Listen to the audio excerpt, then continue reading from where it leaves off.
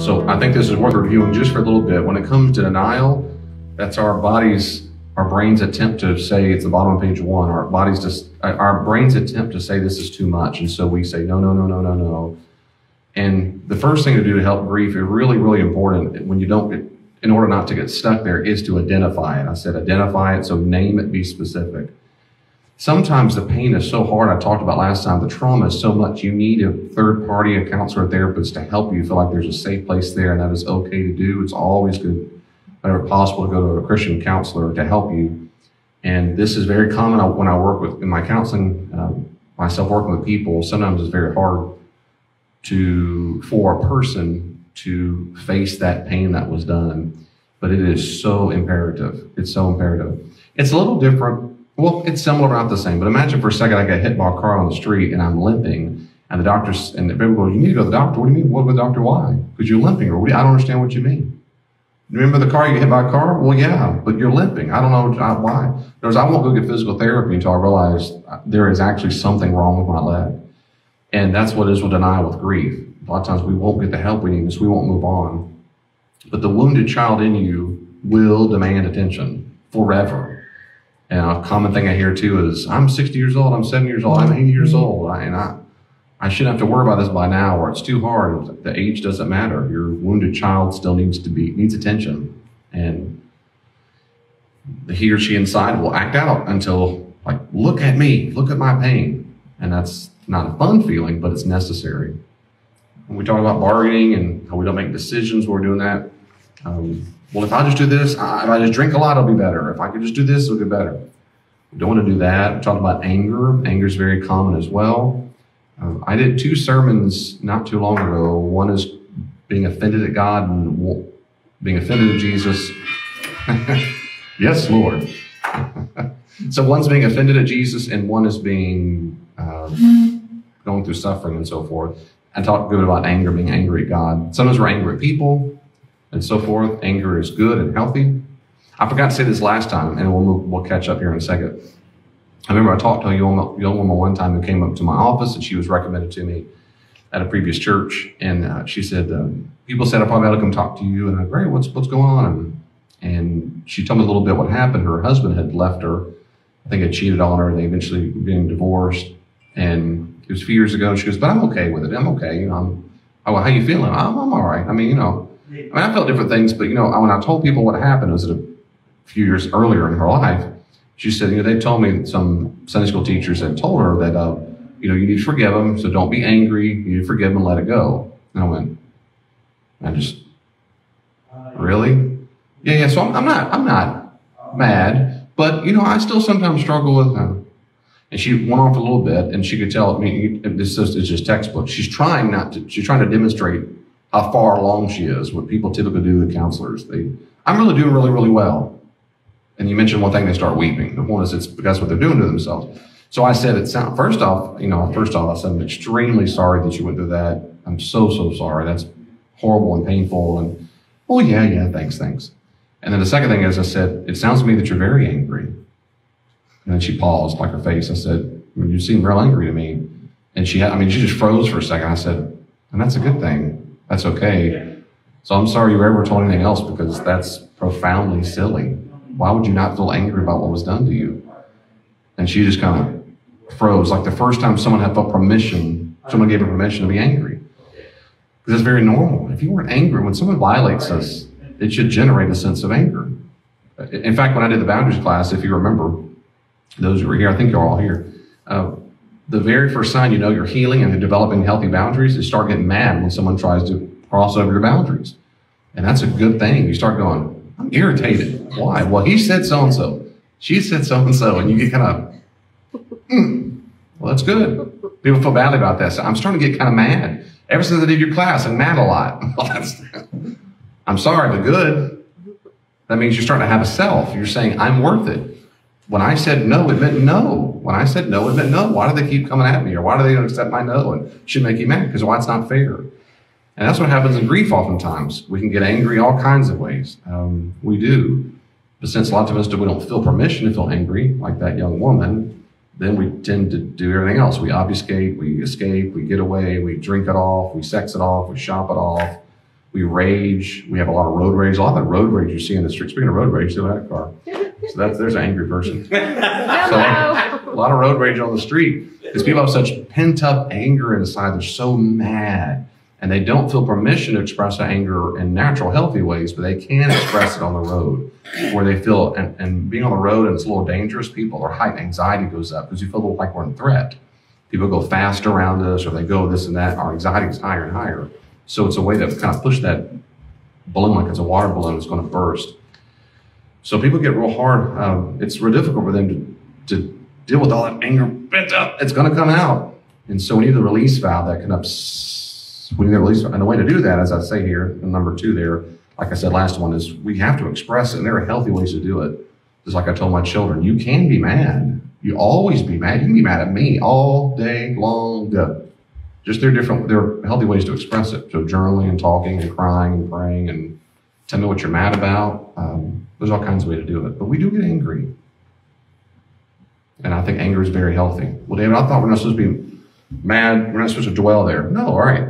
That's right. So if you find yourself dwelling in anger for long periods of time, it probably is a sign that you're wounded. You haven't dealt with your grief.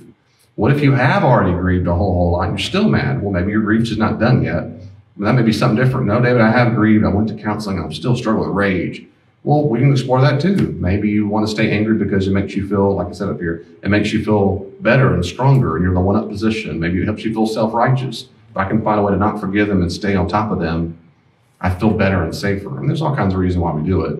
It's just I don't go there first. The first place I always go is you're probably wounded.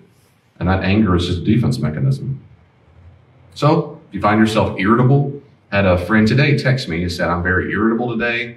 I'm being short at work with people. I'm being impatient. And the word he's irritable, I'm being impatient at something else. And I know what's going on in his life. He's going through a lot in his life. And he said, so please send me some reflections so I can reflect on scripture. I sent him some Bible verses and encouraged him. I said, take a deep breath. And I sent him some Bible verses and said, remember, oftentimes when we are impatient, it's a sign that we're grieving. There's something we're sad about. I said, so you've got to go cry. But also, please have grace for yourself. Because I said, you've been going through a lot, and he has been going through a lot. So that's how it is. So anger, that impatience. Ooh. Sometimes also that impatience is a sign of anger, which can be a sign of grief. It's just part of the grieving process. And you might say, well, it was just a silly thing. It doesn't matter. It just doesn't matter if you think it's silly or not. If you're feeling irritable, you're grieving. So why not say, okay, what happened? So there's on the anger issue. I'm just kind of catching us up real quickly, except it's not quick if it's not a review. I'm sorry, but now we're going to despair. Any question or comments about that so far? Okay. I'm going to write this down before I forget.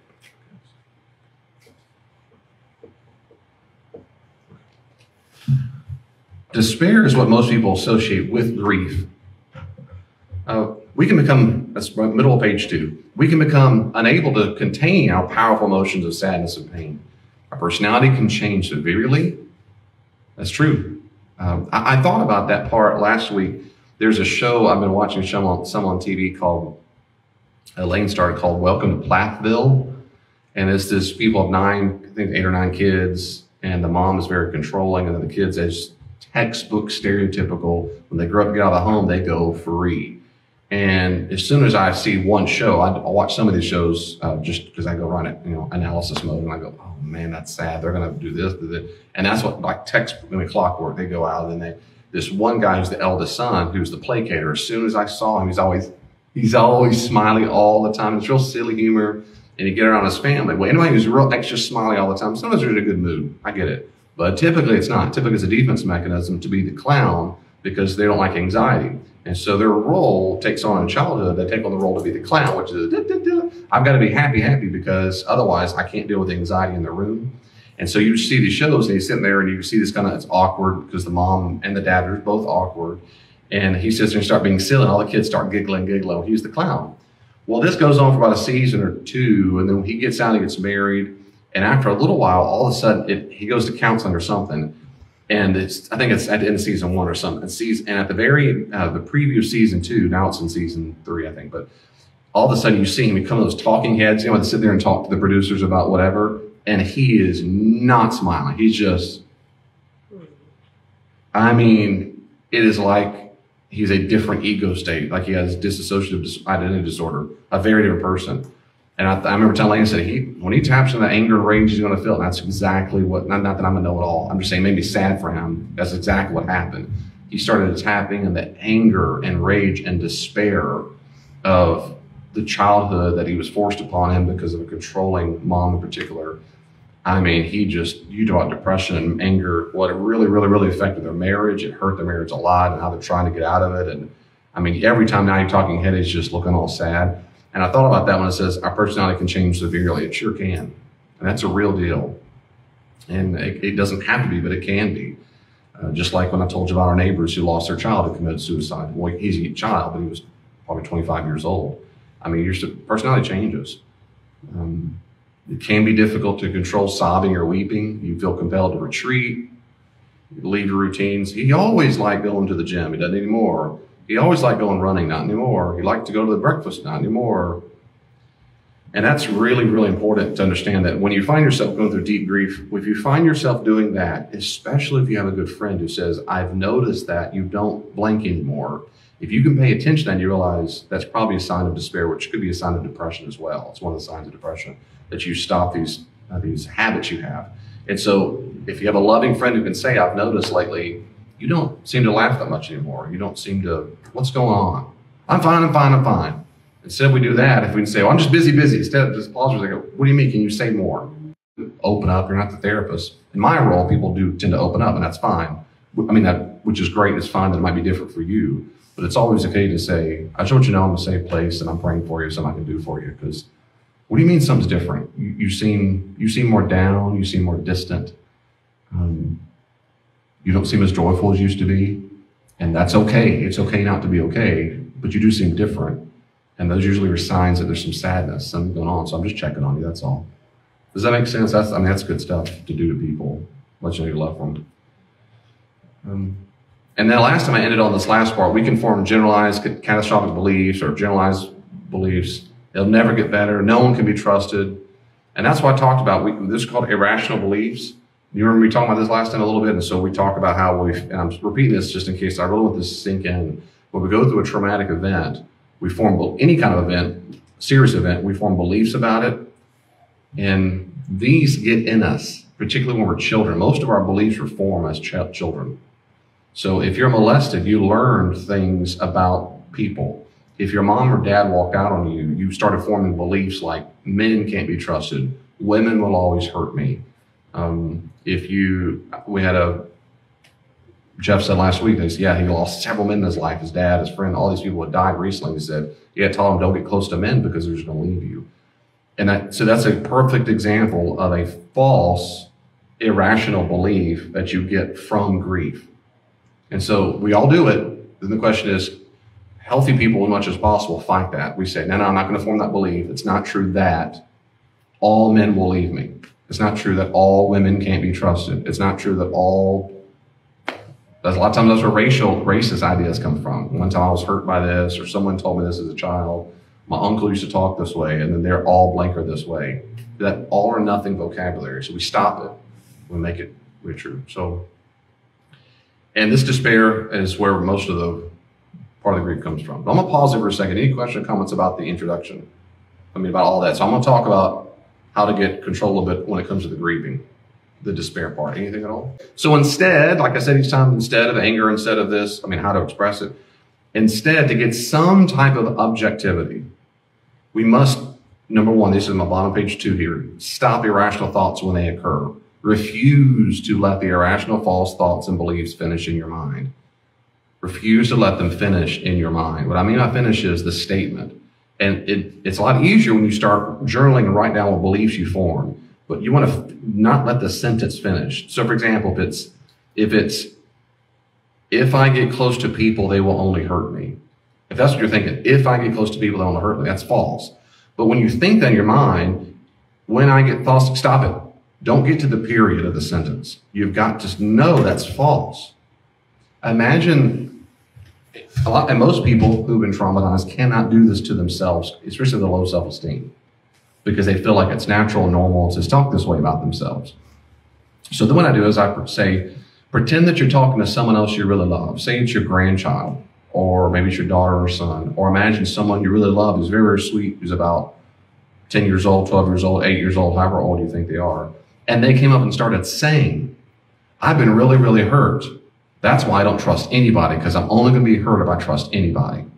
Would you say, high five, good point, way to go? I would spend the rest of your life to that life law, good thinking. I mean, I hope you wouldn't. You'd say, no, no, no, no. Well, first off, I'm so very, very sorry you were hurt. But what did you just say? I won't get close to people because they're only going to hurt me. No, that's not true at all. There are a lot of people you can trust in the world. Some people aren't trustworthy, and that's why trust must be earned. That's exactly right. But it's not true that all people will hurt you. That's not true at all. That will cut yourself off from all kinds of love and nutrients and relationships that God wants you to have. So the proper thing is to grieve what you went through and then learn the skill set to grieve when people disappoint you, because they're going to disappoint you. So instead of avoiding people, you want to avoid avoidance. That is, you want to fully embrace the fact that people sometimes going to hurt us. They can also be phenomenal. So if you would say that as pretty articulate to someone else, say it to yourself.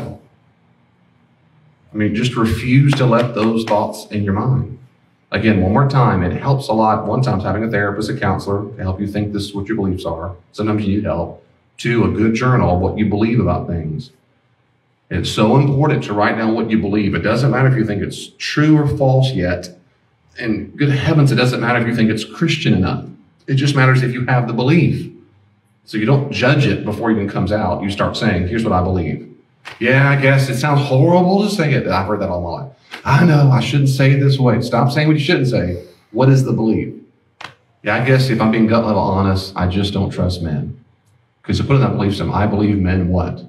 I believe men will desert me. I believe men will hurt me. Okay, let's put that on paper. Now, is it true or false that men will hurt you for the rest of your life? Well, no, now that I see that, that's right, that's good. That's how we start addressing it. You can't judge it first. Just put it on paper, get it out. So this also includes refusing to condemn yourself for grieving, for not seeing it coming or doing more, or whatever condemnatory belief you're tempted to repeat. And the despair can make us think that. Despair can make us repeat these bad things about ourselves. Guys who know me, I guess, and some girls too. I don't know girls females that well. I'm not really friends with females, so that's my wife. But all my guy friends have certainly heard of this. When I hear them talk about themselves, I'll say it to y'all, please don't say mean stuff about yourself. Please don't do it. And despair can make us say horrible things. It's false. It's just false. I'm to blame. I should have seen it coming. What? You know what you should have been? You should have given yourself permission to just be a victim. If I'm going through a grieving process and so-and-so committed suicide, so-and-so divorced me, so-and-so, I found out they were lying all this, you're just a victim. It's not your fault. Not your fault. But those thoughts make a big difference. The more you dig into those irrational thoughts, the more you allow them to fester in your mind, the more despair you're going to feel. Not only do you feel sad enough, then you say crap about yourself, which makes you feel worse, and it compounds and compounds.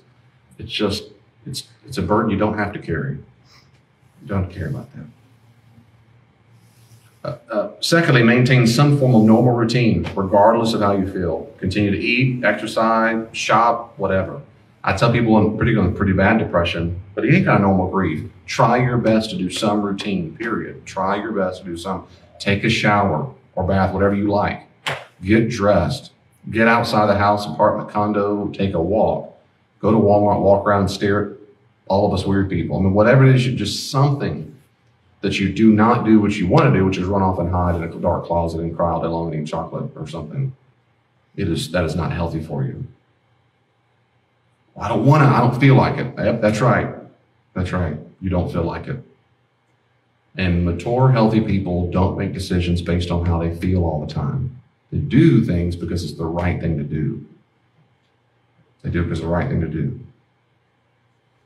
Well, I don't understand that. And can you at least just trust me that you need to do it? You need to do it. You must. I slipped on the ice twice last year. And the second time, I just about broke my ankle. I mean, it hurt. I heard it pop.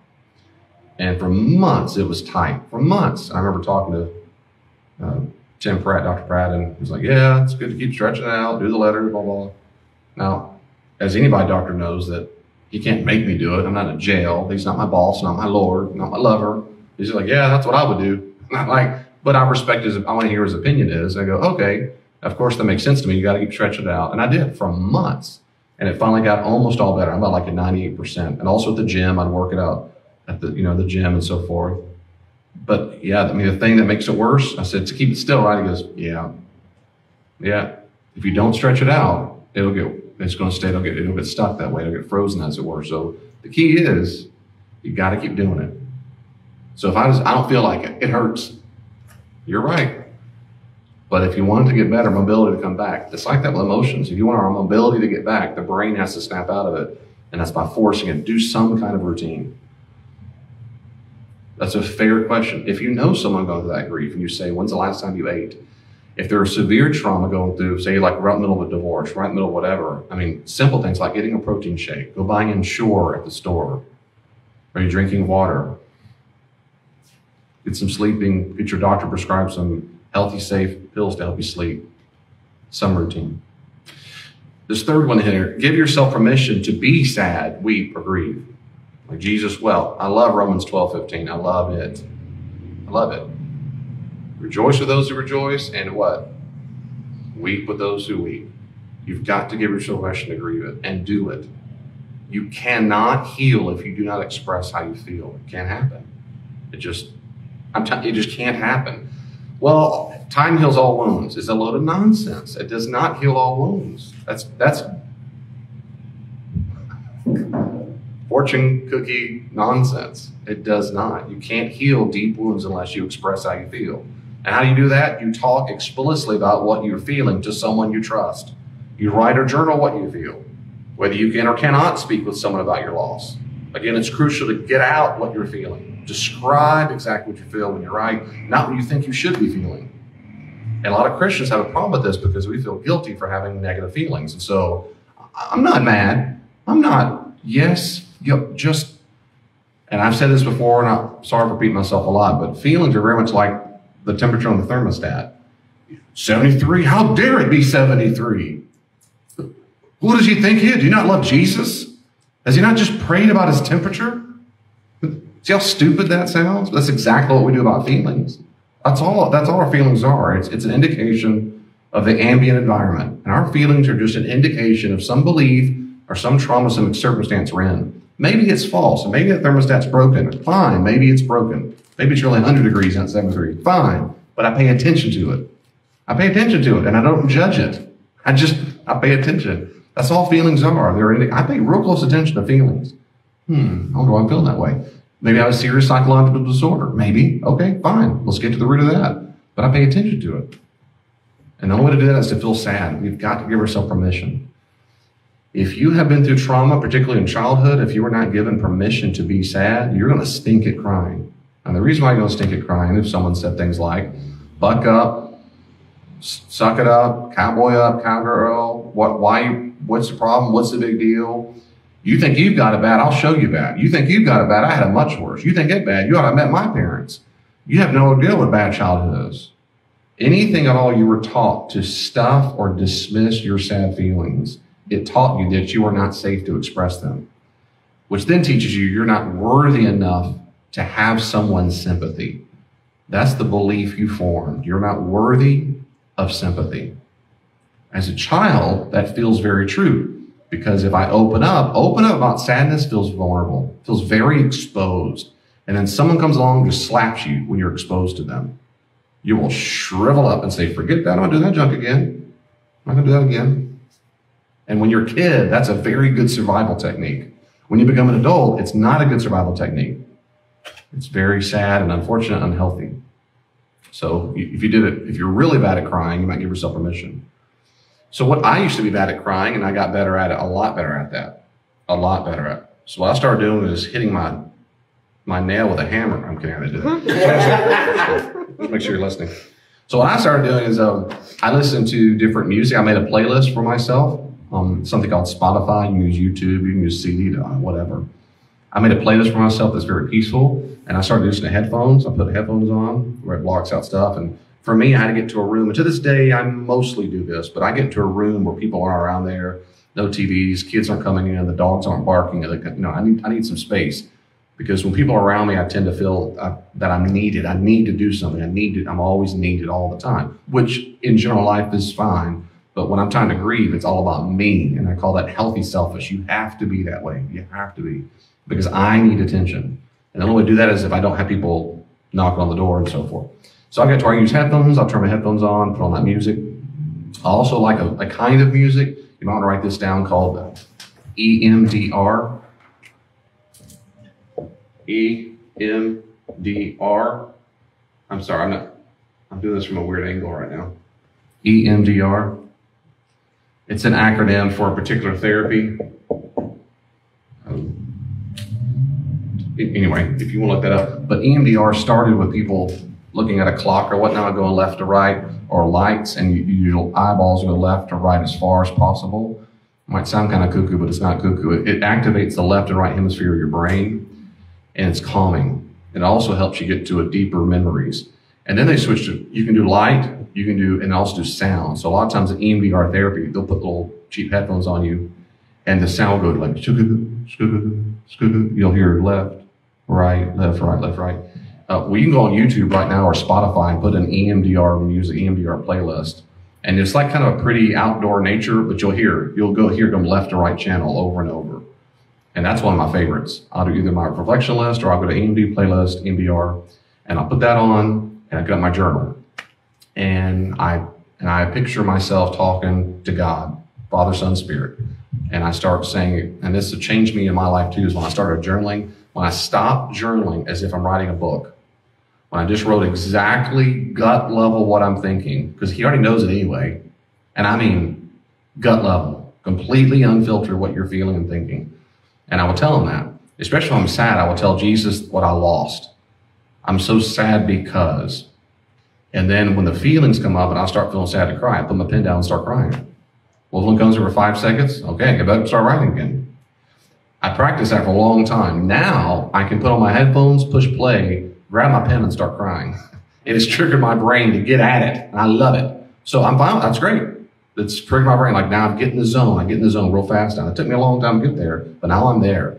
And I put it on. If I start crying, I put the pen down and get my grieving out. Sometimes I do that and I don't have to journal anything. I go, I feel better. I know what I was sad about. Now I feel better. Other times I don't feel better yet, or I've still got some in my heart and mind, my chest. And that's giving myself permission. It took me a long time to give myself permission. So all I'm saying is, if you're not good at it, you can get good at it. There's hope. You can. You can. But it starts by giving yourself permission, allowing the wounded child to be there and be safe, and not judging yourself and be quiet, suck it up. None of that nonsense. Refuse that nonsense. Refuse it. If it helps you, picture Jesus putting his arm around you. You're sitting in his lap. And he's going, please tell me what bothers you. What are you sad about? Picture him saying, please tell me what you're sad about, because it's okay to be sad around me. I want to comfort you. I developed sadness. I designed it. So it's a good thing. You're safe with me. If you can't picture Jesus, picture you saying that to someone else you love, some other 10-year-old, 12-year-old, 8-year-old boy or girl. And they're really, really sad, and you wouldn't tell them, shut up, get over it, get out of here, what a loser, why are you crying all the time, wimp? I hope you would say, no. I would say, what happened? What happened? When my dog died, my mom and dad got shot, and they're just really, really sad. Come here, baby, come here, baby, come here, come sit here. You're safe to be sad. And they start going, I'm okay, I'm okay. It's like, you're not okay. You're not okay. It's okay not to be okay, be sad. Now that same empathy you feel to this child, try your best to shove it on you. Put that spotlight on you and say, I want the same empathy, because it's the same thing that's going on inside. Does that make sense? Yeah, but it's hard to do. It is hard to do. So that's why I'm going to pause right here, because I've got other stuff here. Let me pause it for a second. What comments or questions do you have about that?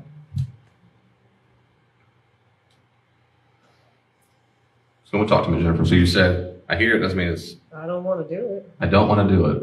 Yeah, most people don't want to. No. Like physical therapy. I don't, yeah. No one wants to do it, right? Yeah.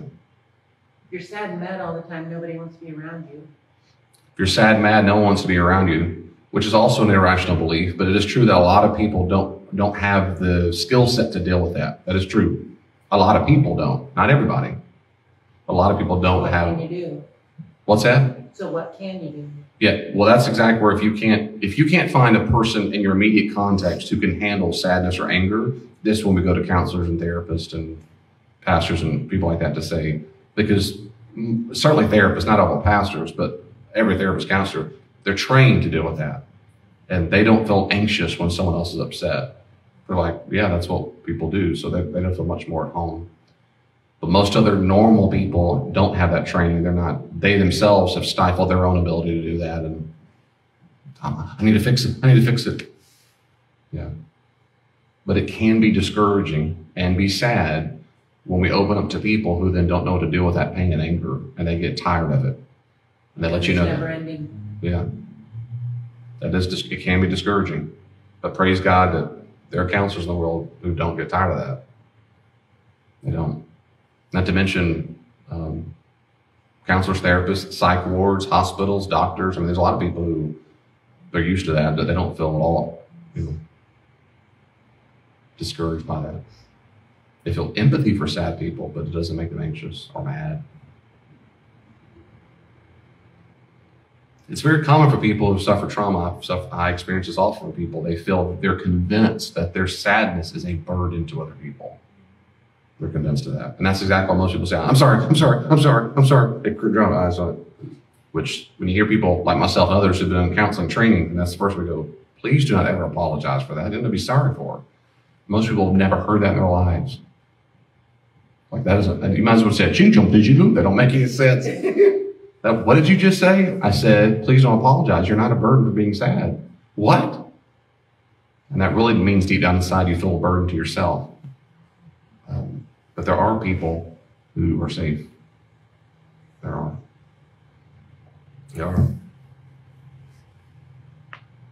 And another person who never judges you is the journal. A piece of paper doesn't judge you. Seriously. Studies demonstrate that writing it out is more therapeutic than actually typing it. But if you only type, or record it with your cell phone or microphone. But writing out is fantastic therapy. Is that why people have pets? Is that why people have pets? Yes. Some do. Some love them way more than it's normal. Yes. That's right. Because my pet never hurt me. Pet never judged me. Pet was always there. I can count on him. I know it makes my dog happy. I give that treat and we snuggle all day long. This is my baby. I mean, yeah, they get real close. They get a lot of emotional needs. Now, there's a degree to which, of course, that can be fantastic, which is why we have emotional support dogs, our pets. That can be fantastic. But in general, a person, when they get making out with their pet, and I'm like, they've got other emotional needs you're trying to get met. Yeah. It's always good to like pets, but yeah, if you love your pets, thumbs up. So yeah, there's a big difference there. And Michael, any other questions about that? So what if you'd rather just isolate yourself from people? What if you'd rather isolate yourself from people? Just because it's too much for your own anxiety to deal with in yourself, and then to be other people around to let it out. So instead of being around people, instead of letting it out. I'd rather be home by myself, sleep it off, whatever. Yeah. Keep burying it, or figuring out how to keep going. So what do you do when you want to be by yourself? Well, sometimes that might be wise because it depends on the company you keep, right? Like I said, some company might not be able to handle that stuff if they're very immature themselves, if they're very wounded themselves. Not everyone can handle pain and grief. So we should have some degree of wisdom. So pick up on the cues if someone around you is like, I can't deal with all that time. Listen to them. But if there's anybody around you like that, that doesn't do that, it's best to try your best to open up. Only if you want to get better. I mean, are you allowed to let your anxiety just kind of, I need to be calm and quiet for a day or so? And then just... Yeah, Like, so if you need time to simmer. It's like Sunday when I left Debrief. here, I just had to go home, crash. Ken wanted me to go to lunch, and I declined that. And I went home, slept for a little bit, woke up like 3-4 hours later, and laid on the couch and just watched TV till I kind of picked myself up. Well, it can be very wise to know our own limits. So there's nothing wrong with knowing our own limits. That's for real. That's for sure. So if someone says, dude, I'm sorry, I need a break.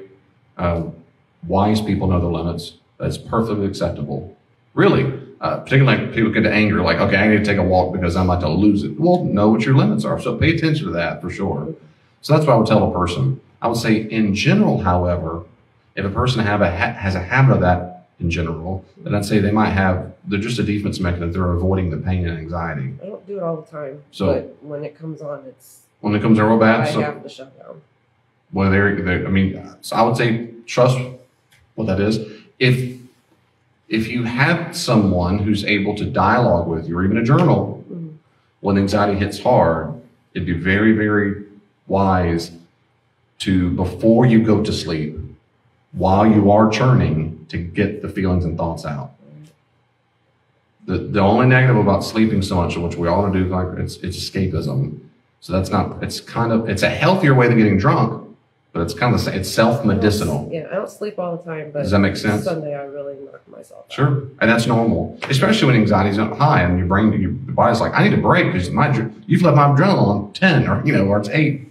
Again, a lot of those things. So it's good to take naps. It's all those things. It's good to know your limits. But in general, if you find yourself doing that in general, like, okay, every time I get really anxious, I got to run and hide, or I got to run and take a nap, I got to run and maybe, I think first thing I would do is either journal as much as you can before you lie down, and or talk to a counselor or someone before you lie down to say, Okay. why do I feel the need to run right now? Why do I feel the need not to be around a peak person? What is it? If you pictured yourself as a younger girl who's upset, she doesn't go to lunch with her friend. How old is she? Roughly. Talking to me? Yeah. 4, 5. 4, 5? Okay, so toddler age. But I Gotcha. still haven't figured out why. It's okay. I still can't. That's all right. So it's a toddler age. So let's say, for example, a 4 or 5-year-old, let's say a 5-year-old, Jennifer's coming down this, she's walking along, you're holding her hand, all of a sudden she goes, I'm out of here. And she's run. You're like, okay, see ya. I'll see you in 12 hours. I mean, you might do that. I would suspect as a parent, you might go, hold on, wait. What happened? What happened? No, I can't do it. I can't go to lunch. Okay. But can you tell me what happened first before we make that decision? What happened first before we make that decision? Because otherwise, honey, no, I can't talk about it. Well, now I really want to know what happened. Why is it? What's the grief or the anger, the rage, the sadness? What is it to where you feel unsafe to even talk about? Then I'll talk to the 5-year-old. I'll say, I mean, I do this, to hate and joy or whatever. Baby, no. You can always talk to me. And we're going to talk. Now, I'm never going to change the subject till we talk about this. Then if you feel this need to flee, something really happened. So let's talk. What happened? What happened? Well, I don't want to go. Okay. We'll make that decision a little bit. But first, let's talk about why you're so sad. Or you want to run away. We only want to run away when we feel scared. You feel in danger. So what's scary right now? What's going on inside of you? What makes you scared? With no judgment. I saw a boogeyman. Okay, what did he look like? So-and-so had a mean face at me. Okay, what did it look like? Tell me about it. You just give yourself the permission to go there for a little bit. And a journal can do that. A counselor can do that. Does that make sense? So I mean, that's what we do to ourselves. Before we allow ourselves to run all the time, we pause and go, what was going on? What happened? What happened? It's so healthy if you can give yourself that permission. And we call that mindfulness. What's going on inside of me? I have a similar feeling. I mean, every human does, but there are times when this is about every other day. I'm kidding. But when the stress level is really high, I start dreaming of Tennessee because I love going to Pigeon Forge and Gatlinburg. Love it. And so that's one of our favorite spots. So when I might drive, I will drive on the road or I'll wake up in the morning and go, Tennessee. And there'll be seasons where I think about it often. Like I will picture myself there in the past or by that river or shopping this store called the Three Bears. And it's so chill and relaxed. And whatever it is, in my mind, I'm thinking, man, I've been thinking about a lot lately. And a lot of times it's because I'm on drugs. No, it's because I'm thinking, it's probably because my stress level is high. I'm thinking I need to leave. There's something about, now we're going there in November. Part of that's coming because the trip's coming up. But sometimes I do the same thing with Moline or Peoria or whatever it might be. I'll tell Lane, I'll say, we need to get out of town. Let's go. So I don't care what we're doing. Let's just go to Cold. I'll go there and we'll get to a restaurant. We want you to get out. And that's that sense of escape. But now if I did every time I'm anxious, I left town, that would be unhealthy. I would never be here. I would never be here. I would never be here. Pack my horses up and I'm gone. I would never be here. So it's not that, but there's a degree to which that's absolutely healthy to know our limits. To go, no, I need to change of pace, and that's very normal. So that's why I'm trying to nuance this. It's not like napping can be very good, but if in general, every time I get anxious, I start fleeing or I have a strong desire to flee, then I would say, if I were your therapist, I'd say, let's figure out what's going on so that we don't need to flee to deal with that sadness or anxiety. So let's figure out ways to keep the stress, to process it, not deny it, not stuff it, but process that stress and anxiety such that, like, the release valve is, psh, instead of it builds up, Tennessee, gotta go now. You know, instead of that, let's work to where it gets up to 2 or 3. And then every once in a while, sure, we take a break. Get out of town. There's nothing wrong with that. Nothing wrong with that. And I can tell with Elaine too. Elaine will say, I really want to go to so-and-so. I really want to go to so-and-so. The more she talks about it, I can tell what's going on. Her stress level's high. There's a sense of, I need to go. I need to flee. It was awful easy for me when I was going to college. Mm. When I was under a little pressure, sleep, always sleep. Sleep. That was my escape mechanism. Yeah, so sleep was a mechanism. Yeah, that's right. In college, that's true, because university students is very common. I'm going to take a nap. Yeah, very common. Nap for a long time. I know those guys are that way, like they slept all the time. Yeah, I bet you mine a lot of times it was just anxiety. Yeah. They felt responsible for the grades and making mom and dad happy, and I mean, all that stuff. The burden was too much. Which again, I'd say napping is good. But for that reason all the time, there's probably a healthier mechanism that we can do instead of that. So you can get better at crying. You might not want to, but you can. Why? Because it's the right thing to do, because it helps you, because there's healing, makes you whole. God designed it to help us. There's all kinds of good reasons to do it. But when my point right now is you need to do it. And when you do it, it's okay to do that. It's part of the grieving process. The next point, I say, tell God all of your pain. And I do the Psalms. I put some scripture verses there. And know for certain God cares for you. And like in 1 Peter 5:7, cast your cares upon him because he cares for you. He cares for you. He cares. So tell him your pain. The Psalms are full of that stuff. So I only gave you 2 references, Psalm 73:26 and 142, 1-3. Tell God what your pain is. He cares. If you grew up in a home where mom and dad didn't care, mom or dad or both did not care, that's going to be hard for you to believe that, because we transfer unto God our parents. And we have to get real clear that our God is not like our parents. Sometimes they're like it when it's good, but anything bad in your memory of your parents should not be transferred to God. He's not your literal parent at all. He's God. And so when you go to him and you're upset, he's not irritated. I'll say it this way. Your grief and your anger and your sadness and your stress and your worry is not a burden to God. At no point does God go, oh, I'm so... Would she stop praying about this? I'm so tired of this griping. God does not roll that way. That's not how our God is. He does not get burdened by our emotional state. Does not. Just doesn't happen. It is impossible for God to get irritated because you're praying or crying. Again, you will always say, I'm so sorry. Tell me more. I'm here for you. I love you. I'm proud of you for crying.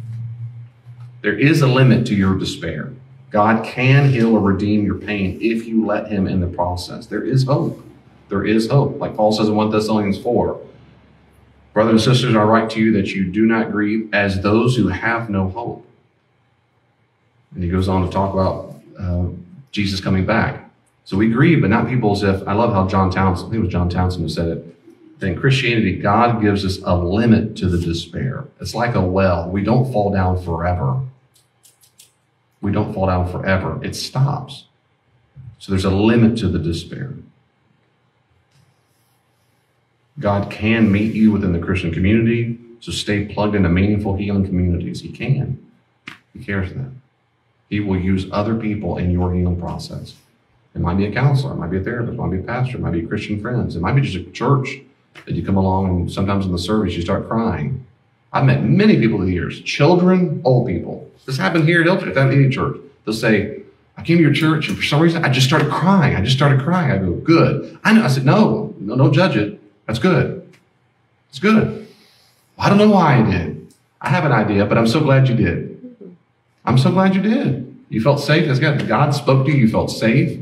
It taps into a sense of sadness or feelings or joy even sometimes. I felt all of a sudden this is right, or the song lyrics just got me. Praise God, you started crying. You're always safe to cry. It's good. So tell them your pain. Did you have your hand up? No? There is hope. We're in the midst of deep despair. You do not believe there's hope. You do not believe there's hope when you're in deep despair. As people often describe it, I do not see a light at the end of the tunnel. I feel a deep, horrible tunnel. I do not see a light. And my response always is, of course, I'm very sorry you feel that too, is I know exactly what you're talking about. Third, this is when you have to trust people who know a lot about grieving. When they say you can get to the end of the tunnel, you need to trust them. You cannot trust your pain. I pay attention to the feelings. I don't trust them all the time. Why? Because they give me false beliefs.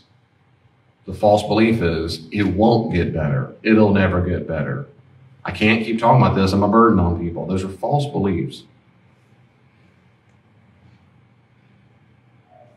When I started developing boundaries with one of my parents, and it was so difficult.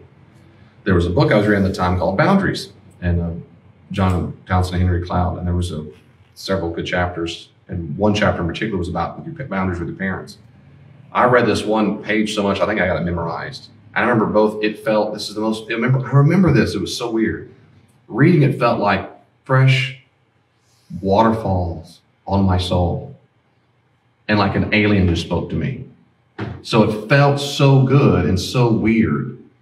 And part of me said, this is nonsense. There's no way. The other part said, oh, what if that's true? And I remember distinctly having this inner battle for a little while. And I thought, my way got me here. I don't want to stay feeling this way all the time. What if a person with a PhD in this knows what he's talking about? Them, both of them. What if a trained therapist actually knows something about boundaries? What if I trusted them? What if I tried it? Didn't work? What's the worst case scenario? I'll be disappointed. I'm already disappointed. So I took the medicine and it worked. It just worked. It did. But when you're in pain, you don't believe that stuff. But I'm telling you, that's why I say tell God all your pain because he cares about you. I mean, I had to write that stuff out, put it on mirrors, put it on a piece of paper, put it in my journal, memorize certain Bible verses over and over and over. 1 Peter 5:7, cast my cares because he cares about me. He cares about me. I'm not a burden to him. It will get better. He will heal me. He'll help me. And it works. I say read good books. For example, when someone you love dies, Brooke Noel and Pamela Blair, I wasn't ready to say goodbye, or Teresa Rando, How to Go on Living When Someone You Love Dies. There's all kinds of, the website coping.org. I haven't checked that lately. The last time I checked it, it was full of good information. Coping.org, COPING. It's a really good website. It's really good. John Townsend and Henry Cloud have a website. It's probably just cloudtownsend.com or something like that. They got full of stuff. So good books, good journals, I'm telling you. Another thing we almost always believe when we're sad is that we're the only ones going through this. We're the only ones who have experienced this. No one knows what we're going through. It's just false. It's just false. I've taught, if I got $1 for every time I was in counseling session, I told someone, I go, yeah, it's very normal. And they go, really? Yeah, it's textbook. That's standard because you probably want to go, really? Yeah, it is. It is. Oh my goodness, why help? It does help, doesn't it? Because you're not a weirdo. You're not alone. This is normal. I mean, we humans go through the same patterns. That's why there's books and literature and YouTube videos, and you're not alone. So there's good books on people who do this.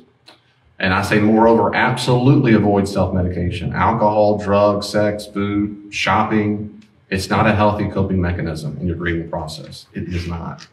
It does not help you grieve. It does not help you grieve. Well, David, what about taking SSRIs and whatnot, Valium and whatnot to help sleep or whatever? Absolutely great. That's great. That's to help your brain calm down enough so that you can work through the grieving process. But if you're doing that just to self-medicate, taking 8 sleeping pills every day, or certainly not non-prescription drugs or whatever, I'd say if you're doing that as an avoidance mechanism, like shopping all the time, which gives us endorphins, or sex addiction gives endorphins, or whatever it might be. Drinking a whole lot numbs all the pain until the next day I wake up and it hits me all over again like a tidal wave. It doesn't help you in the grieving process. Those are not healthy ways to do it. Well, if I can't drink it off, I can't go to the club, I can't go to the bar, what am I supposed to do? Cry? That's back to the despair part. You've got to cry. Got to cry and cry and cry and cry. When it's serious. Okay, any questions? I want to move on. I want to go on to something else, to acceptance. Anything else? No? You need a break? You okay? You might need to cry? You can. I've got tissue boxes. She's got 2 tissue boxes. She's ready to go. Smart. She's ready to go. She's smart. She's ready to go. So remember I said before, these stages come and go. They circle in and out. You don't go from one and all of a sudden, I'm better. I'm mad again. I've already passed that stage. It doesn't work that way. It just doesn't work. It just doesn't work. Somebody like, oh, I'm mad. Yep, you're mad again. Right? There's some more anger to feel. Okay. Again, you give that child permission to express that woundedness however he or she wants to. But eventually, he or she, when you get enough attention to that wounded child, enough grief is going on, you get to a degree of acceptance. Remember I said this early on in the first week. I said acceptance doesn't mean you like it. And so here's a good description. It means we do not deny the loss. We are able to articulate our loss. Instead of going, nope, I can't go there. No, I can go there. We do not deny the loss. We are able to articulate our loss. We do not bargain our way out of our loss. We adapt appropriately to what has occurred. We combat irrational thoughts with rational thoughts. We're able to articulate our hurt and pain clearly and able to express our emotion freely and appropriately. We have a degree of self-confidence in our capacity to make it. There's a movie that was a really good movie. It's a thriller. It's really good. Martin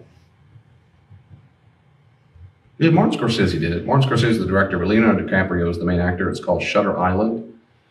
And the little language in it, but man, if you haven't seen it, I can't tell you. Well, okay, there's one guy, if you want to see it, it's just a really good movie, well done.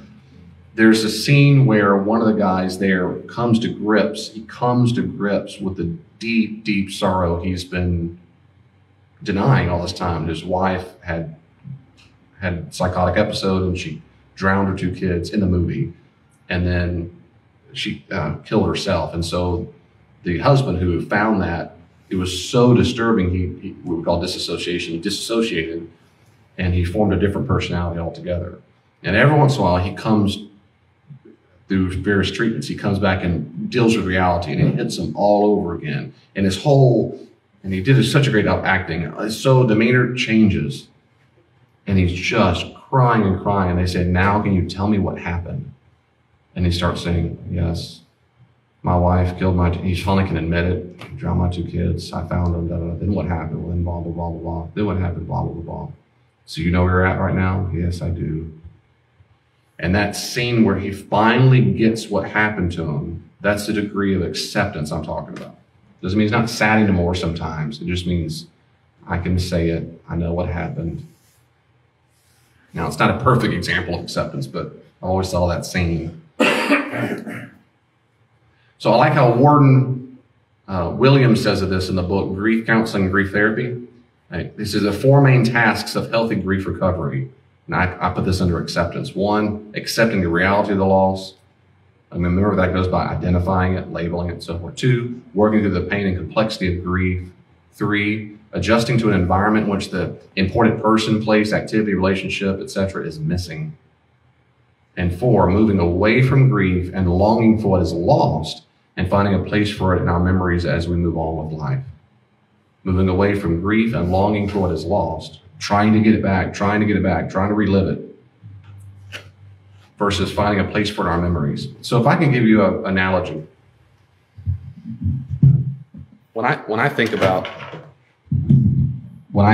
things in our past, I'm not sure why I think of this analogy, but I'm not really a boat person, but imagine for a second, our memory inside of your mind is memories like a big lake or whatever. And in that lake, you have different docks. And each, where the boat can go into the dock and so forth. And then these docks, they have access to various memories.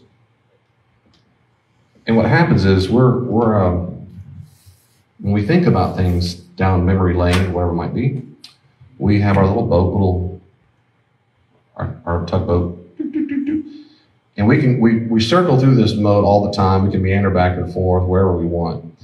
And what healthy people do, what healthy people do who have processed all their trauma, they just go from place to place, and they can pause and look at the memories when they want to. If they stared and looked at that memory and got off on the dock and got off and walked around for a while, they might even start crying a little bit. They might think of the loved one they lost and go, man, it makes me still kind of sad. I miss his smile. I miss her, blah, blah. And that's if they choose to. If they choose to get off the dock and then relive it and kind of go there for a while, look at old pictures and so forth. But in general, they kind of stay on the boat and say, that is what happened. It has both negative and positive memories to it. Whatever it might be, I see it, that's what it is, and then I go along to something else in life. What people who have not healed do, what they do is they get attached. So it's as if they have this big old baggage of and then they carry it with them. And they go and everywhere they go, they bring that big package with them, wherever they go. And they go, oh, that was sad too. Oh, I'll put that on. I put it on that box. And before we know it, we walk around, as it were, in our memory lane. We've always got these huge burdens that we're just carrying with us wherever we go. And it's a big, heavy burden. That's what happens when you're not grieved. And I think about this analogy often when I talk to people and they say, how you doing about whatever it is? And they instantly start crying. If you can start crying right away, you got your tugboat, you're pulling stuff around. You've got some trauma that's not been healed. Some people can cry easily, but in general, that's probably what happened. I did, it's often, particularly my line of work, I did job interviews for people for a position up front. And I interviewed 3 different females, 2 of the 3 females, 2 of the 3. When I said, tell me about yourself, why do you want this job? They started crying. And it's not just because they're females, but they tell me their stories because there's some pain in their past. But they brought it up right away. It's right on the surface, as it were. Now, that doesn't mean they've done no healing. It does mean, however, it's still very fresh. Still, they can tap into it very quickly. And that means they still have grieving to do. So I'll give you an example of the family next door whose child died. And after about a year, which is about pretty textbook, he said, I'm finally out of the fog. And what he means, of course, is I'm not in my despair stage all the time, weeping all the time, depression all the time. Does that mean he no longer misses his son? Of course not. Of course not. You don't get over that. You don't, who's my son? What's his name? You don't get over it. You don't get closure like, that happened. But rather you get some acceptance of that. I have experienced that loss. I did go through it. It was extremely traumatizing. If I sit on that dock and replay all the memories of that day, if I go back to all the photos, I'm going to cry. In fact, I probably cry for Christmas. Every time it was his birthday, I wake up every day and remember, oh yeah, my son's not here. So if I want to go back and sit on memory lane, I'll cry. And I should cry because my son's dead. That's very sad. But I've done so much of that healing work. Now it doesn't tug behind me where I go. I can go to work and not think my son has died. I can go to Walmart and not think about my son being dead. I can go to bed at night and not be having flashbacks or nightmares. And that's part of that deep grief part. We start getting out a degree of acceptance. Does that mean he likes this acceptance? Not being liking the pain. He just, like it just says here, he's not, he's moving away from the longing for what is lost, and now it's in my memories. Something the other day I was listening to, I said I had 2 things I want to tell you. This is one of them. I hope maybe this helps, maybe not. The second thing is this. The other day I heard a guy I listened to on YouTube a good bit. I told you about him before. And his name is Tim Fletcher. Tim Fletcher. He's Canadian, and he's good. And he said something the other day. It was so simple and so good and so profound, just so good. I needed to hear it myself. I won't tell you just in case you need to hear it, but it's just so true. He said, when we go through trauma, go through loss, of course, and part of the coming to acceptance is that we don't develop false beliefs and so forth about the future and our lives. He says, so it's really important to remember, even when you've been through something really, really horrible in life, it's still true that you can have a good life. You can have a good life. You can. No matter what was done to you, no matter what you lost, you can still have a good life. Is it probably going, if it's a deep trauma, is it different than you wanted? Probably so. Is it different from what you expected? Probably so. But you can still have a good life. And that was good for me to hear it myself. I know my own trauma thing. It's so true. It's so true. It's like I give myself permission to be hopeful again, to say it is true. The couple that lost their son, can they still have a good life? Yes, they can. Is it this, maybe not as good as they'd hoped it? Yep, great, but they still can. Their life is not over because of their loss. I said this last time, the analogy, people who don't, they go through like a jail, they go to a jail sentence of something they didn't, there was no crime they committed. And they feel like it only feels normal and rational to stay in that jail cell, but it's not rational. You can get out. You can still have a good life. God can still use you in ways you never imagined before, no matter what you went through, period. You can. If you're still in the midst of your despair, what I just said will sound like I'm betraying their memory or I'm betraying you. And that's not true. It's not betrayal. It's very common too. I can't move on. I can't let go. Because if I do that, it means that the loss never happened. That's not true. That's a false belief. It's a common false belief. And you can, that's what I'm doing. I'm going to pause there for a second. Any question or comments about that? Anything at all? We're almost done with this tonight. Maybe that's why the well-known thing is to let go and let God. Yeah, let go and let God. And I like that expression, particularly on petty stuff. But if it's a deep trauma stuff, I will say let go of what exactly? If it means let go of it never really happened, that's denial. I'd say no, yeah. But if it's petty stuff, man, let it go. Let God do what he's going to do through it. But certainly let God, through the grief, he can give you, he's still going to give you all of himself. That's right. He's still going to do what he does best. Again, it may not be the life you thought. I know my life is not what I thought it'd be. My life is not what I thought it'd be. It's not. I didn't have a lot of plans, but it is not what I thought it would be. I've experienced a lot of loss in my life. I never thought I'd be in Kewanee, Illinois. Me neither. But here I am. Be a loss there. A loss. That's not a loss. I understand. I never pictured in my whole life said there's no other loss. I never thought of it that way before. No, I'm kidding. I'm kidding. I'm kidding. No, that part, I appreciate that. I appreciate it. I appreciate that. I'm glad. When there's no other options, I'm kidding. I'm kidding. I'm just a bad option. No, I'm glad I'm here too. But I'm just saying it's my life. You look back in life, the things done to me, and even in bad choices, even I myself have made. It's not. And it's reassuring all the time. It's true. You can still have a good life. God can still do great things to you. It just doesn't have to be what you expected. And that's okay. Okay, this next one on chronic grief, I won't spend that much time here, but I want to tip my hat to that to let you know there's something called chronic grief. And that's after about 6 months to a year after a loss, about 10 to 15% of people still experience acute emotional states of grief. And this is oftentimes called chronic grief. The definition in this one word, chronic grief therapy, states that chronic grief is distinguished from normal grief by feelings of hopelessness, loss of meaning and or belief systems, intense preoccupation and longing for a lost loved one or situation, apathy, lingering sense of disbelief about the loss, avoidance of situation or thoughts that are reminders of the loss, and sometimes distressing, intrusive thoughts related to the loss that are reminiscent of trauma symptoms, like PTSD, basically. Left untreated, chronic grief can lead to severe clinical depression, substance abuse, and suicidal ideation. That means you start thinking about how you're going to end your life. So it is about 10 to 15% of people is like, I've done the grieving, I've done it. I know a woman whose husband had died. I didn't know the husband.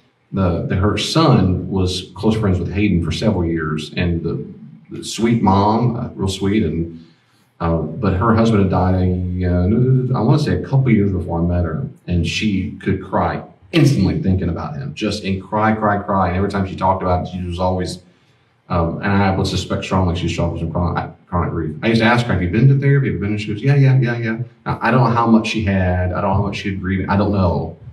But she'd be a good example of someone I think of that it was so hard for her. And that happens. People who are more prone to chronic grief are those who experience unexpected and or traumatic loss, like sudden death or violence or catastrophic injury.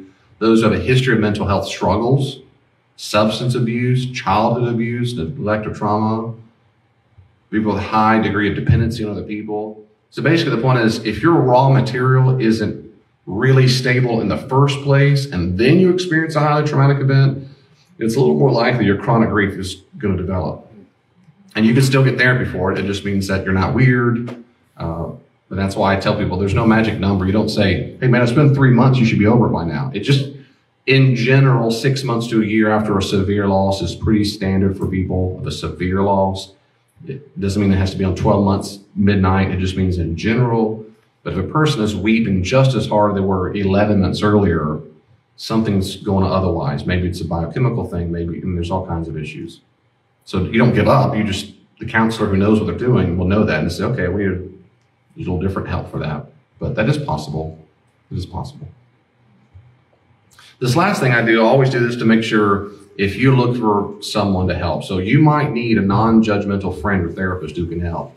And I always, don't ever be ashamed to receive counsel. God can and does bring great healing through someone else. And then I say this last bit on purpose. If you are that friend for someone who's going through it, here are some tips to help you be a good friend during someone's grief. And if you need one, perfect. But if you are that person, be with them in their grief, right? Weep with those who weep, rejoice with those who rejoice. Listen to them, validate their pain. Be with them. What I mean by be with them is disallow your friend from moving on too quickly. Disallow your friend from going, I know I've just been praying about it. I need to get over it. I'm glad you're praying about it. Can you tell me more? I'm doing well. If you're doing that well, why do you keep crying about it? Well, I know I just need to have faith. Good. I'm glad you have faith. It seems to me that you're obfuscating. You're trying to get around the issue. What's going on? Why are you sad? Talk to me. How are you feeling? Be with them. Let them see you're safe to be okay. Secondly, do not tell them what to feel. You don't tell them what to feel. It's your job to be a safe place for their terribly chaotic, unsafe feeling the person's experiencing. Don't tell them what to feel. This is one of the most common, horrible mistakes people make with conventional wisdom. Well, here's what you ought to do. You shouldn't be feeling that. You shouldn't be angry. You should forgive them. Oh, the damage that people have done of saying nonsense like that. Don't tell them what to feel. Don't tell them what to feel. Don't feel. Just don't do it. You shouldn't be 73 degrees. You should be 74. Just don't tell them what to feel. I'm so sorry you feel that way. Affirm appropriate behavior. It's okay to be angry right now. It's okay to weep like that when you've never been at home. It's fun. But encourage them to change when needed. The behavior, not the feelings. Have you eaten a meal lately? When's the last time you exercised or went for a walk? You're not being preachy. They get enough of that in their head. It is always okay to encourage proper behavior. Brother, I love you. I've said it, brother, I love you. You have got to be eating. You've got to eat. Feel whatever you want to feel. I'm always safe. You can be whatever. You can be not angry, irritable. I don't care. But you've got to eat. If you get around me, we're going to go buy some Shores, a protein shake. We're going to get some lunch. I can't keep it down. We'll do 1 cup in the Shore. I want to do it in front of me. Are you getting some sleep? Well, I'm just so upset. I just need one more drink. Please do not drink. I'm so sorry you're sad, but please do not drink. That will not help you. That does not help you heal. It helps you be numb, and you don't want to be numb. Numb keeps you frozen in this grief. You don't want to be frozen in the grief. I know you're angry. I know you're sad, and you should keep feeling that and keep journaling and keep crying. I know it's exhausting. I've cried so much, I run out of tears. I know what that feels like. I'm so sorry. But drinking is not going to help. And you see the difference? They're very different. Approve feeling, but you can help encourage them to the right behavior. Of course, know your own boundaries. It does the other person no good if you break down weeping every time you're with them. You can't fix them or make it go away, period. So if every time you get around them, you get all mad, well, you're not a good helper. You need that person to be in their child ego state, but you don't have to go down to the child ego state too to help them. You don't need to. Avoid transference. That is to say, don't let their problem become your problem. You go home just so burdened. That's a boundary problem on your part. And if you can't separate sufficiently, then tell the person that you can't listen anymore. Help them find someone who can listen if you'd like. But you just say that. You say, I'm so sorry. This topic, man, I'm having a hard time myself processing this. It's very, very difficult. I love you. This is, for some reason for me, maybe it's triggering my own stuff, my own childhood. If you don't know what it is, you don't know. If you do, say that is exactly what's happening. So it's not, I love you and you're safe ground, but with that exact topic, man, it's making me hard. I've had to go to my own counselor. So why don't we, for at least for the time being, let me get my own wherewithal. Does that make sense? If you can't do that, if you can't go there. So know your own limits. That's okay. You're not saying, get over it. No. Mm-mm. A lot of people think that if they're mad, I got to be mad too. It's not right he did that. You're right. Let's go out and shoot somebody. Like that just makes everyone just really angry. That's not what they need. They need validation that they're angry. It makes sense to be angry. I'm so sorry that you're angry. Absolutely. Listen to the anger, but it doesn't help them for you to get riled up. Then you're just going to be two angry people. Does that mean I could never cry with them ever? No. What I said was, if you break down weeping every time you're with them, weeping some, sure. Yep. One of my friends as a kid, he accidentally got shot by another friend of mine. And when my mom found out, she freaked out and cussed and whatnot. And we almost walked to his house. My dad picked us up. He was getting off of work. He had to get to the substitute, go to the house. And I go inside and his book's there on the table. I had Spanish with him. And he's my brother, one of my brother's very best friends, but I knew him pretty well, but he's one of my brother's best friends. My brother was in the room when he got shot. And he saw his brain all over the wall. And so when I walk in the door, my mom sees his mom, his name is Brent, sees Brent's mom. And Brent's mom's already kind of crying, but as soon as she sees my mom, she starts crying more. My mom starts weeping and running, just hug each other. I remember being near the kitchen. I remember seeing this. They just started weeping. They just held each other and cried and cried and cried and cried. And of course, it makes you tear up. I remember at the time, and I was, 14 years old, I guess? 13, 14. And so in that moment, that's exactly what that mom needed. She needed someone to be there to feel the permission to be sad, to come to grips with her son is dead. And unfortunately, which is also a textbook, most marriages don't last out. They didn't. They eventually had to get divorced. The trauma's too much. But that moment, I'm not talking about don't cry, be strong. That doesn't make any sense. And that's exactly what my mom should have done. It is exactly. And eventually kind of dried up a little bit, and we were able to talk some, and they cried some more. They dried up and cried. I mean, that was healthy. But I'm just saying, if you're working with a person on a chronic period of time, and every time you're going down the depths with them, that doesn't help them as much as you might think it does. And of course, pray for them, serve them. How can I help you? I'm praying for you. In this day and age, you can send them texts. Love you, brother. Love you, sister. I'm with you. Here's a Bible verse. Here's a song. I like to send good songs that are encouraging to people. Send them a YouTube link.